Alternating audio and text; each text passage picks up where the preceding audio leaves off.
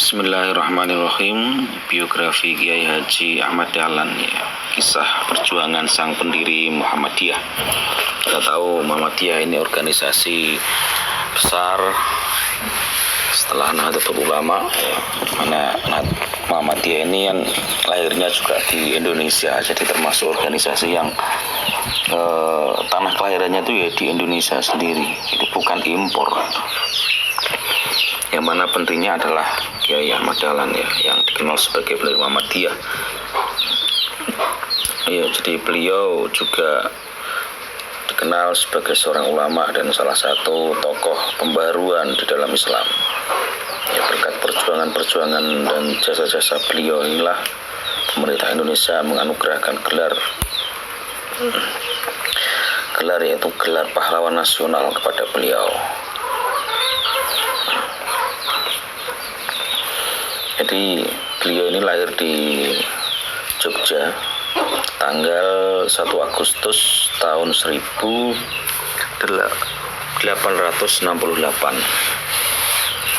Nama beliau adalah Muhammad Darwis. Beliau merupakan anak keempat dari 7 bersaudara yang keseluruhan saudaranya adalah perempuan, kecuali adik bungsunya. Pendiri Muhammadiyah ini termasuk keturunan yang ke-12 dari Syekh Maulana Malik Ibrahim. Itu salah satu dari seorang yang terkemuka di antara Wali Songo, ya, pelopor penyebaran Islam di Jawa, Syekh Maulana Malik Ibrahim. Kiai Ahmad Dahlan itu cucu yang ke-12. Silsilah beliau ialah Maulana Malik Ibrahim, Maulana Ishaq, Maulana Ainul Yakin, Maulana Muhammad Fadlullah atau Sunan Prapen, Maulana Sulaiman Ki Ageng Gribik, kemudian Demang Jurung Juru Sapisan, Demang Jurung Juru Kapindo, Kiai Ilyas, Kiai Murtado, Kiai Muhammad Sulaiman, Kiai Abu Bakar, Kiai Muhammad Darwis atau Ahmad Dahlan. Pada umur ke-15 tahun, beliau pergi haji dan tinggal di Mekah selama 5 tahun. Jadi dalam periode ini, beliau mulai berinteraksi dengan pemikiran-pemikiran pembaharu seperti Muhammad Abduh, Jamaluddin Al-Afghani, Rasyid Ridho, dan Ibnu Taimiyah. Nah, ketika pulang ke kampungnya pada tahun 1888, beliau ganti nama menjadi Ahmad Dahlan. Pada tahun 1903 beliau bertolak kembali ke Mekah dan menetap selama 2 tahun. Pada masa ini beliau sempat berguru kepada Syekh Ahmad Khotib yang juga guru dan pendiri Nahdlatul Ulama, Kiai Haji Hasyim Asy'ari. Sepulang dari Mekah, beliau menikah dengan Siti Walidah, sepupunya sendiri, anak dari Kiai Penghulu Haji Fadil yang kelak dikenal dengan Nyai Ahmad Dahlan, seorang pahlawan nasional dan pendiri Aisyah. Dari pernikahannya tersebut, ya, beliau dikaruniai 6 anak, yaitu Johana, kemudian Siroj Dahlan, Siti Bushra, Irfan Dahlan, Siti Aisyah, dan Zaharoh. Di samping itu Kiai Ahmad Dahlan juga pernah menikahi Nyai Abdullah, itu janda dari Haji Abdullah. Beliau juga pernah menikah dengan Nyai Rum, adik dari Kiai Munawir Grabya. Kiai Haji Ahmad Dahlan juga mempunyai putra dari perkawinannya dari Nyai Aisyah. Ajeng Menghulu, ya, adik Ajeng Menghulu Cianjur yang bernama Dandana. Ia juga pernah menikah dengan Nyai Yasin di Paku Alaman Yogyakarta. Ya. Kemudian beliau juga pernah bergabung di organisasi Budi Utomo dengan maksud mengajar agama. Pada tahun 1909 Kiai Ahmad Dahlan masuk ke Budi Utomo, organisasi yang melahirkan banyak tokoh-tokoh nasionalis. Di sana beliau memberikan pelajaran-pelajaran untuk memenuhi keperluan anggotanya. Pelajaran yang diberikan terasa sangat berguna bagi anggota Budi Utomo, sehingga para anggota Budi Utomo ini menyarankan agar ia membuka sekolah sendiri yang diatur dengan rapi dan didukung oleh organisasi yang bersifat permanen. Hal tersebut dimaksudkan untuk menghindari nasib seperti pesantren tradisional yang terpaksa tutup bila kiai pemimpinnya meninggal dunia.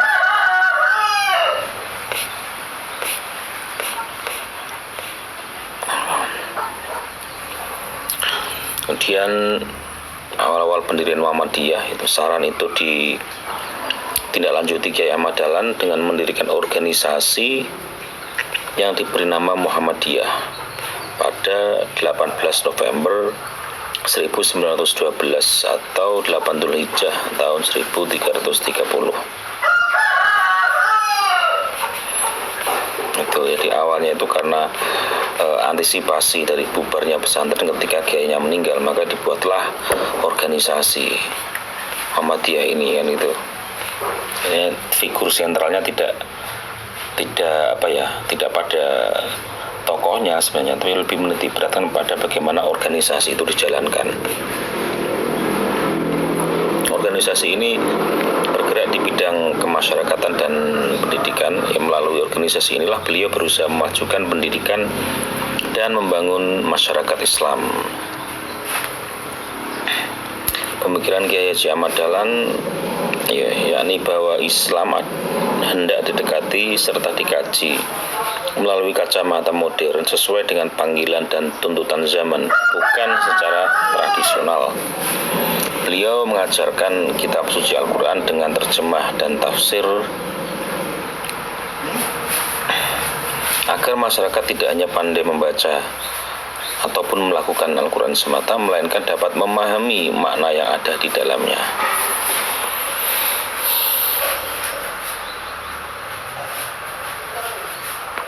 Jadi ini prinsip beliau ya, dengan Muhammadiyahnya ini prinsipnya. Itu apa? Supaya Islam itu dikaji secara modern sesuai panggilan dan tuntutan zaman, bukan secara tradisional. Ya. Dan kajiannya juga dengan Al-Quran terjemahan dan tafsir. Dengan demikian diharapkan agar membuahkan amal perbuatan sesuai dengan yang diharapkan Al-Quran itu sendiri.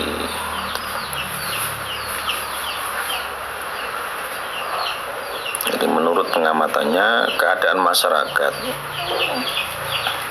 yang sebelumnya hanya mempelajari Islam dari kulitnya tanpa mendalami dan memahami isinya, itu keprihatinan beliau, di mana masyarakat hanya mengetahui Islam dari luarnya saja, yang bisa ngaji dengan nada yang enak tapi tidak paham maknanya.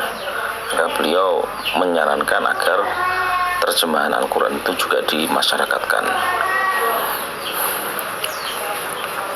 sehingga Islam hanya merupakan suatu dogma yang mati karena dipahami tidak dengan isinya. Ya. Maka di bidang pendidikan beliau mereformasi sistem pendidikan pesantren zaman itu yang menurutnya tidak jelas jenjangnya dan tidak efektif metodenya lantaran mengutamakan menghafal dan tidak merespon ilmu pengetahuan umum. Maka Kiai Haji Ahmad Dahlan mendirikan sekolah-sekolah agama dengan memberikan pelajaran pengetahuan umum serta bahasa Belanda. Bahkan ada juga sekolah Muhammadiyah seperti Hizmet the Quran. Sebaliknya, beliau pun memasukkan pelajaran agama pada sekolah-sekolah umum. Ya, beliau terus mengembangkan dan membangun sekolah-sekolah, sehingga semasa hidupnya beliau telah banyak mendirikan sekolah, masjid, langgar, rumah sakit, poliklinik, dan rumah yatim piatu. Kegiatan dakwah pun tidak ketinggalan. Ya, beliau semakin meningkatkan dakwah dengan ajaran pembaruannya. Di antara ajaran utamanya yang terkenal, beliau mengajarkan bahwa semua ibadah diharamkan kecuali yang ada perintahnya dari Nabi Muhammad Shallallahu Alaihi Wasallam. Beliau juga mengajarkan larangan ziarah kubur, penyembahan dan perlakuan yang berlebihan terhadap pusaka-pusaka keraton seperti keris, kereta kuda, dan tombak. Di samping itu, beliau juga memurnikan agama Islam dari percampuran ajaran agama Hindu, Buddha, animisme, dinamisme, dan kejawen.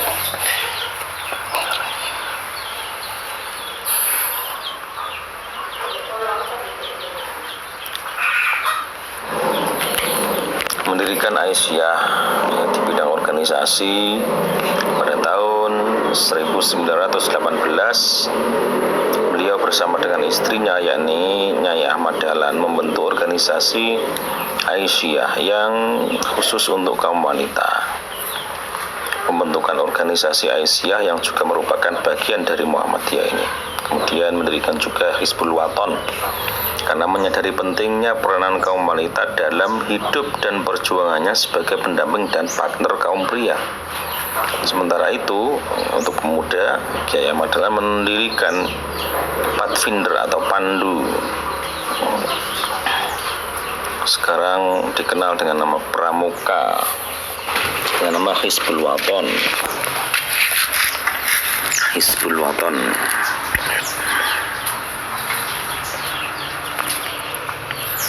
Di sana para pemuda diajari dengan baris berbaris, dengan genderang, memakai celana pendek, berdasi, dan bertopi. Hizbul Waton ini juga mengenakan seragam atau mirip dengan pramuka sekarang. Pembentukan Hizbul Waton ini dimaksudkan untuk tempat pendidikan para pemuda yang merupakan bunga harapan bagi agama dan bangsa. Sebab sebagai tempat persemian kader-kader yang terpercaya. Ini juga sekaligus menunjukkan bahwa agama Islam itu tidaklah kolot, melainkan progresif. Itu semangat yang dibawa oleh beliau. Jadi tidak ketinggalan zaman, namun sejalan dengan tuntutan keadaan dan kemajuan zaman. Karena semua pembaruan yang diajarkan Kiai Ahmad Dahlan ini agak menyimpang dari tradisi yang ada saat itu, maka segala gerak dan langkah yang dilakukannya dipandang aneh. Sang Kiai sering diteror, seperti diancam dibunuh, rumahnya dilempari batu dan kotoran binatang. Ketika beliau mengadakan dakwah di Banyuwangi, beliau diancam akan dibunuh dan dituduh sebagai kiai palsu. Walaupun begitu, beliau tidak mundur. Beliau menyadari bahwa melakukan suatu pembaruan ajaran agama pastilah menimbulkan gejolak dan mempunyai resiko. Dengan penuh kesabaran, masyarakat perlahan-lahan menerima perubahan yang diajarkan. Tujuan mulia terkandung dalam pembaruan yang diajarkannya. Segala tindak perbuatannya, langkah dan usaha yang ditempuh Kiai ini dimaksudkan untuk membuktikan bahwa Islam itu adalah agama kemajuan, dapat mengangkat derajat umat dan bangsa ke taraf yang lebih tinggi. Usahanya ini ternyata membawa dampak positif bagi bangsa Indonesia yang mayoritas beragama Islam. Banyak golongan intelektual dan pemuda yang tertarik dengan metode yang dipraktikkan Kiai Ahmad Dahlan ini, sehingga mereka banyak yang menjadi anggota Muhammadiyah. Dalam perkembangannya, Muhammadiyah kemudian menjadi salah satu organisasi masyarakat terbesar di Indonesia. Melihat metode pembaruan Kiai Ahmad Dahlan ini, beliaulah ulama Islam pertama yang mungkin satu-satunya ulama di Indonesia yang melakukan pendidikan dan perbaikan umat, yang tidak dengan pesantren dan tidak dengan kitab karangan, melainkan dengan organisasi. Jadi beliau ini perannya pada organisasi, tidak dengan menulis kitab atau melalui pesantren gitu. Kalau ulama kan biasanya kitabnya apa gitu, pesantrennya apa, rata-rata kan gitu. Nah, beliau enggak, tapi dengan organisasi, menata organisasi. Sebab selama hidup beliau diketahui tidak pernah mendirikan pondok pesantren seperti halnya ulama-ulama yang lain. Dan sepanjang yang diketahui banyak orang, beliau konon belum pernah mengarang suatu kitab atau buku agama. Muhammadiyah sebagai organisasi tempat beramal dan melaksanakan ide-ide pembaruan Kiai Ahmad Dahlan ini.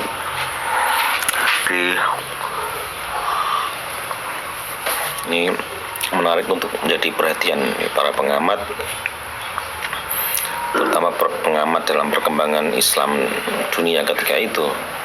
Para sarjana dan pengarang dari Timur Tengah maupun Barat sangat memfokuskan perhatian pada Muhammadiyah ini. Jadi nama beliau semakin tersohor di dunia dalam kancah perjuangan kemerdekaan Republik Indonesia. Peranan dan sumbangan beliau sangatlah besar. Kiai Ahmad Dahlan dengan segala ide-ide pembaruan yang diajarkan merupakan saham yang sangat besar bagi kebangkitan nasional di awal abad ke-20.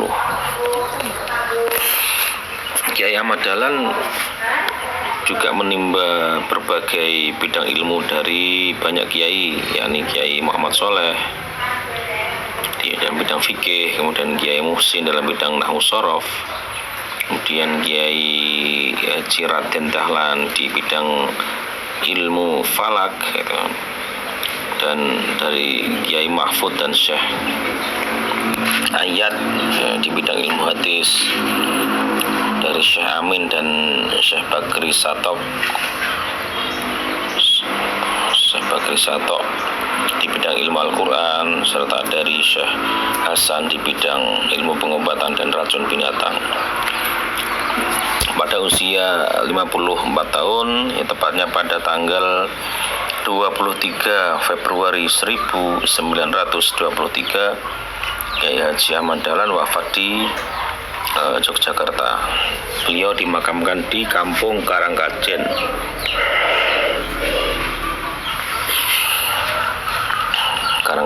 Brontokusuman, wilayah bernama Mergangsan di Yogyakarta.